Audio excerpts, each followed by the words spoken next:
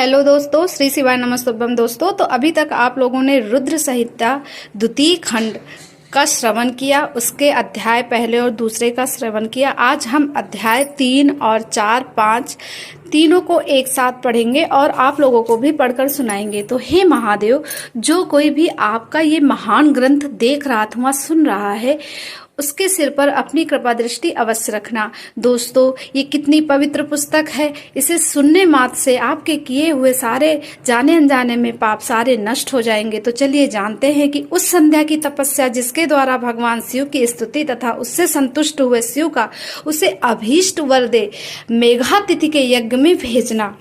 ब्रह्मा जी कहते हैं, मेरे पुत्रों में श्रेष्ठ महाप्रयाग नारद तपस्या के नियम का उपदेश दे। जब वशिष्ठ जी अपने घर चले गए तब के उस विधान को समझकर संध्या मन ही मन बहुत प्रसन्न हुई। फिर तो वह सानद मन से तपस्विनी के योग वेश बनाकर ब्रह्मलोहित सरोवर के तट पर ही तपस्या करने लगी। वशिष्ठ जी ने तपस्या के लिए जिस मंत्र को साधन बताया था, उसी से उत्तम भक्ति भाव के साथ वह भगवान शंकर की आराधना करने लगी, जिसने भगवान शिव में अपने चित्त को लगा दिया और एकाग्र मन से वह बड़ी भारी तपस्या करने लगी। उस तपस्या में लगे हुए उसके 4 युग व्यतीत हो गए। तब भगवान शिव उसकी तपस्या से संतुष्ट हो बड़े प्रसन्न हुए और बाहर भीतर और आकाश में अपने स्वरूप का दर्शन कराकर, जिस रूप का वह चिंतन दर्शन कराकर उसी रूप से उसकी आंखों के सामने प्रकट हो गए। उसने मन से जिनका चिंतन किया, उन्हीं प्रभु शंकर को अपने सामने खड़ा देख वह अत्यंत आनंद में निमग्न हो गई। भगवान का मुखार बिंदु बड़ा प्रसन्न दिखाई देता था। उनके स्वरूप से शांति बरस रही थी। वह सहसा भयभीत हो सोचने लगी कि मैं भगवान हर से क्या कहूँ, किस तरह इनकी स्तुति करूं।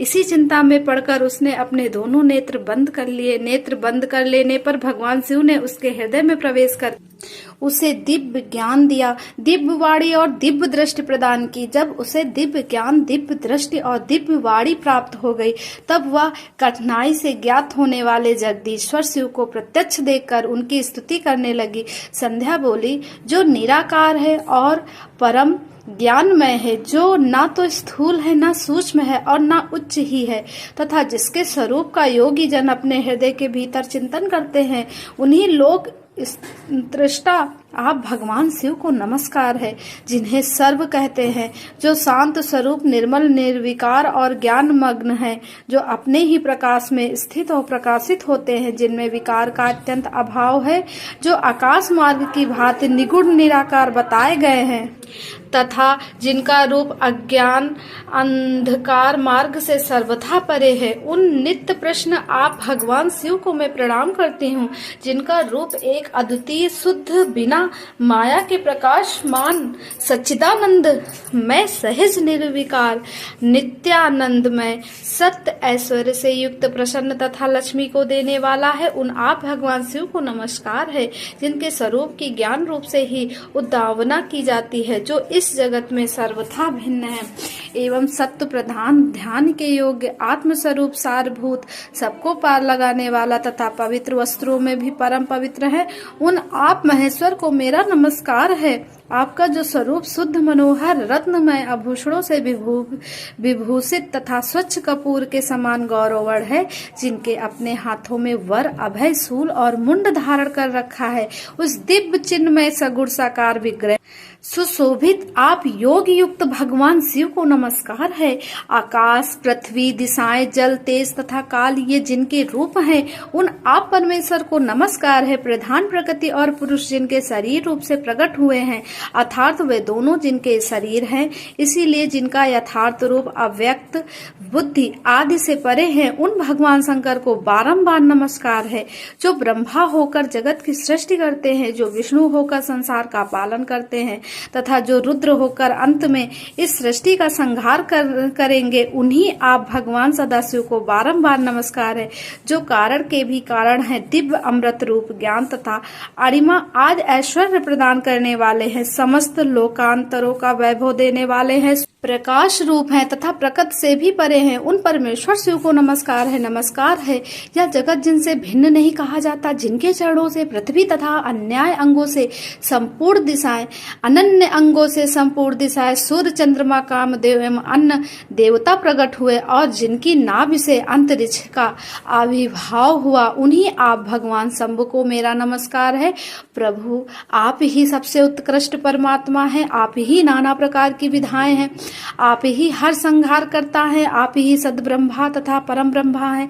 आप सदा विचार में तत्पर रहते हैं, जिनका ना आदि है, ना मध्य है और ना अंत ही है, जिनसे सारा जगत उत्पन्न हुआ है तथा जो मन और वाणी के विषय नहीं है। उन महादेव जी की स्तुति मैं कैसे कर सकूंगी। ब्रह्मा आदि देवता तथा तपस्या के धनी मुनि भी उनके रूपों का वर्णन नहीं कर सकते, उन्हीं परमेश्वर का वर्णन अथवा स्तवन में कैसे कर सकती हूँ। प्रभु आप निगुण हैं, मैं मूढ़ स्त्री आपके गुणों को कैसे जान सकती हूँ। आपका रूप तो ऐसा है जिसे इंद्र सहित संपूर्ण देवता और असुर भी नहीं जानते। महेश्वर आपको नमस्कार है, तपोमय आपको नमस्कार है। देवेश्वर शंभु मुझ पर प्रसन्न होइए, आपको बारंबार मेरा नमस्कार है। ब्रह्मा जी कहते हैं, नारद संध्या का यह स्तुति पूर्ण वचन सुनकर उसके द्वारा भली भांति प्रसन्नचित हुए। भक्त वत्सल परमेश्वर शंकर बहुत प्रसन्न हुए। उसका शरीर वल्कल और मृग चर्म से ढका हुआ था, मस्तक पर पवित्र जटा जूट शोभा पा रहा था। उस समय पाले के मारे हुए कमल के समान उसके कुम्हलाए हुए मुंह को देखकर भगवान हर दया से द्रवित हो उससे इस प्रकार बोले। महेश्वर ने कहा, भद्रे में तुम्हारी इस उत्तम तपस्या से बहुत प्रसन्न हूँ।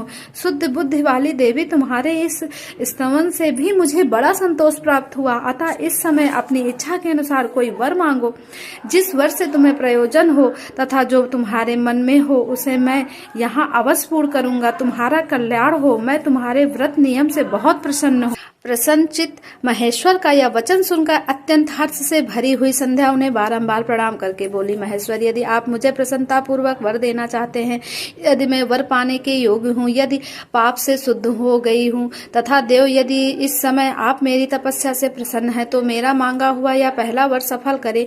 देवेश्वर इस आकाश में पृथ्वी आदि किसी भी स्थान में जो प्राणी है वे सब के सब जन्म लेते ही काम भाव से युक्त ना हो जाए। नाथ मेरी सा काम दृष्टि कहीं ना पड़े। मेरे जो पति हो वे भी मेरे अत्यंत सुहृद हो। पति के अतिरिक्त जो भी पुरुष मुझे ऐसा काम भाव से देखे उसके पुरुष तत्व का नाश हो जाए, वह तत्काल नपुंसक हो जाए। निष्पाप संध्या का यह वचन सुनकर प्रसन्न हुए भक्त वत्सल भगवान शंकर ने कहा, देवी संधे सुनो, भद्रे तुमने जो जो वर मांगा है वह सब तुम्हारी तपस्या से संतुष्ट होकर मैंने दिया है। प्राणियों के जीवन में मुख्यतः 4 अवस्थाएं होती है। पहली शैश अवस्था, दूसरी कौमारावस्था, तीसरी यौवनावस्था और चौथी वृद्धावस्था। तीसरी अवस्था प्राप्त होने पर देहधारी जीव काम भाव से युक्त होंगे। कहीं कहीं दूसरी अवस्था के अंतिम भाग में ही प्राणी साकाम हो जाएंगे।